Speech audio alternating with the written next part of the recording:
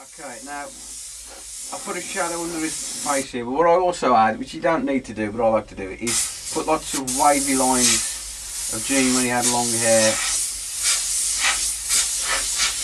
in 78.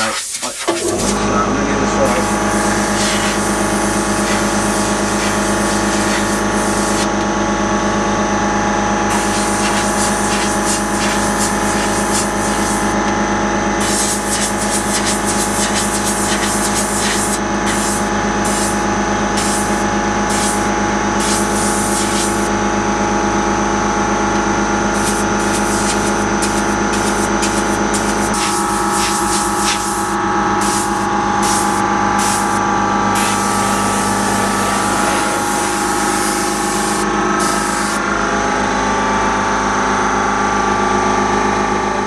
Most important thing, sign your name.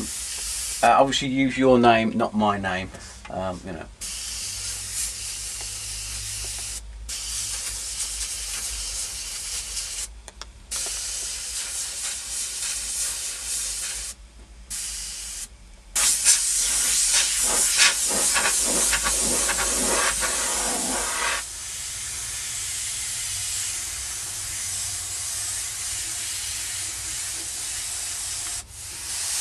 Now, don't make the mistake of thinking the stencil does all the work, because the stencil gives you scale and it gives you proportion, but you still have to draw into the piece. You know what I mean? It doesn't do the work for you. It gives you a head start, but you still got to draw and learn to draw.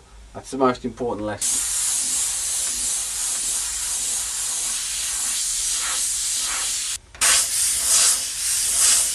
I like to do a few straggly hairs at the side of the head, because this breaks up the definition of the edge of the stencil and makes it look more organic.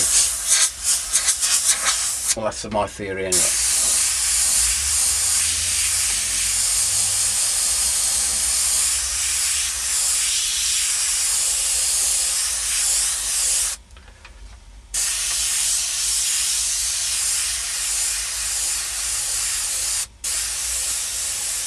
Okay, when you get to this point, it's quite a good idea to put the stencil back so you can fill in these areas without getting overspray on the white part of the makeup. So just realign it like so, yep. And then here, for example, I can block in more black.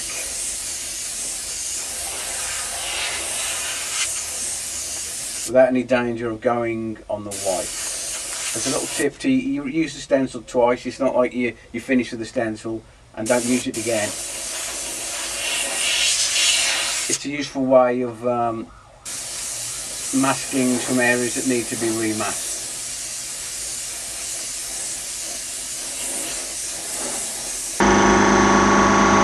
Colour change. Okay, change your colour to brown and then do the eyes.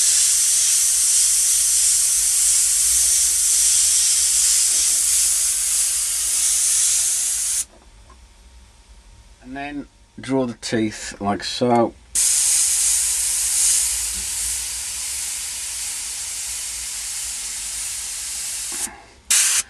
And then add some brown. Some fleshy parts. So the natural skin. So, and then this might surprise you.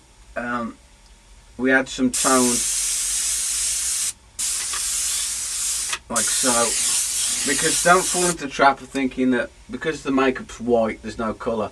White and black will reflect and absorb the entire colour spectrum. So to give it life, you need to add a little bit of colour, reflected light and reflected tones. So like here, for example, and then up here, just enough tone to give form, like so. And also there's in the shadow area you can add a bit of tone like so. Okay, block it.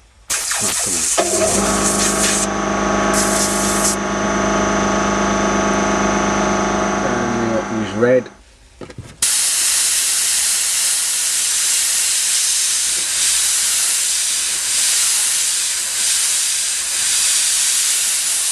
and I tend to add a few bloodshot lines just to add character, like so. Just enough.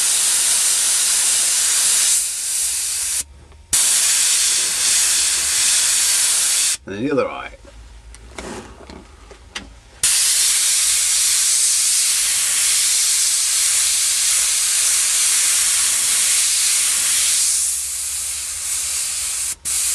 Bloodshot, like so. And then we go on to the gum.